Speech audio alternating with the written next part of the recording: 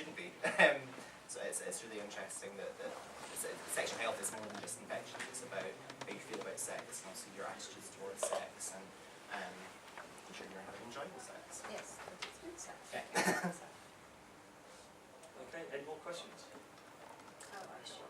In terms of international students, so can any international student that might be coming to study for a year, a semester, do they all have the same access as? Yes, yeah. totally. So, and I think that's the one thing. And I suppose certainly with our surgery, we're probably not in terms of sort of reflecting the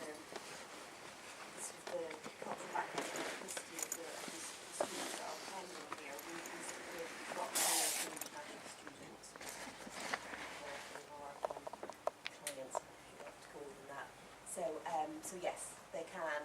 If they're only here for 3 months, if they're on some sort of exchange that's just for a term, then they're not eligible. They're still eligible to emergency care, and if they're hugely ill, but not ongoing investigation. So there's temporary residence, so they can still get, because obviously if it's much, it's in the UK's interest to avoid someone having an unplanned pregnancy or an infection. So we still provide services for them, but we wouldn't be able to provide ongoing care or investigations that might require something. So we can deal with the here and then. So they'll get, for temporary, 3 months or less, they can still have things to treat acute illnesses, but nothing else. And for anyone that's here for longer, they can register and have access to free full NHS care. Access to testing and treatment for sexually transmitted infections is completely free, regardless of your immigration status.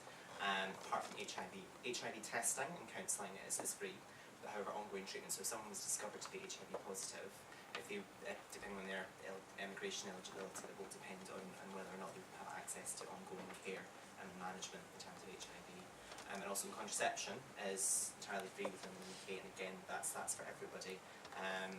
But again, termination of pregnancy is not covered as a contraception method, so obviously that again will depend on your immigration status as to whether or not you'd be able to have access to NHS provided termination, or whether you need to go to one of the private providers such as Maestros or British Pregnancy Advisory Service, and again they may ask you to pay upfront for those services.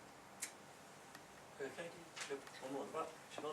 Yeah, I was just going to say, obviously when an individual's talking about sexual health, that's great, but when we're doing our research, you read that about 10% of teenagers that are affected with chlamydia, in the next year they're affected again. So what do you think that problem's down to? Is it lack of information when they're going to get treated, or is it just pure laziness? Because we don't want our statistics to go up, because that is really bad in the space of a year. And it's going to have an effect on, in terms of the NHS, and obviously the NHS provides fertility treatment, depending where you live, but it does provide fertility treatment. That will change, I think, with increasing rates of chlamydia. I think it's going to have an effect on kind of population in the future in terms of births and things like that, and it's difficult to say what it is. I mean, sometimes it can be a cultural thing. Teenagers can be get carried away. Teenagers can be there is sometimes an attitude as well it's just a pill. I just take an antibiotic, and it's fine. I mean, I was recently watching that Safer Sex in the City, based in the Manchester clinic, and someone on the show said, you're not a real man unless you've had chlamydia at least once, and that made me weep. It really did. So it was just, it's difficult to say what the thinking, the logic is behind that, but badge of honour, yeah, it's a bit sad. But I mean, we have to. I think it might be a case of we might, although it's not overstating the risks to people about sex, but it's perhaps about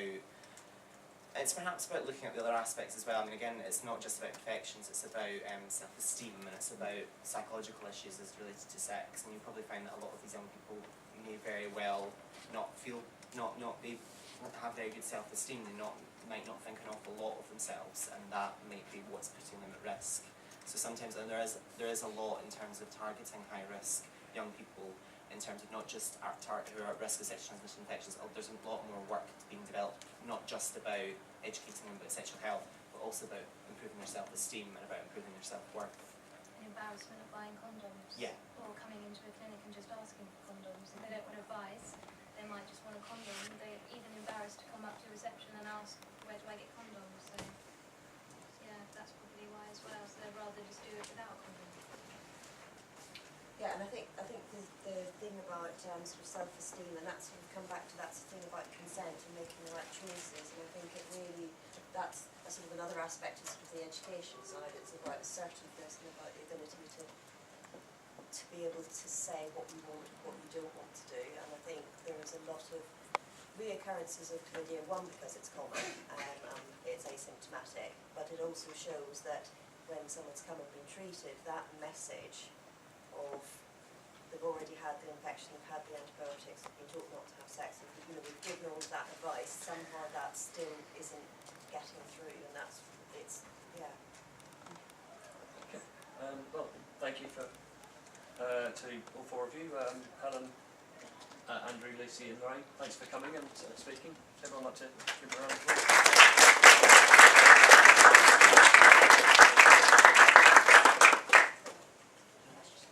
Oh yeah, so if you could please fill out the rest of your questionnaires and give them to... And there are also goodie There bags. should be questions for after you've got the information. If you can give them to Tally or one of the rest of us who's did the group. Thank you all for coming. We'll also be doing the draw for the raffle shortly. If any of you want last minute tickets, you can probably just grab them now. But if you give us a couple of minutes, we'll just get that sorted out. And there are goodie bags in the corner of the room as well. Yeah. All clear. Brilliant. Help yourself.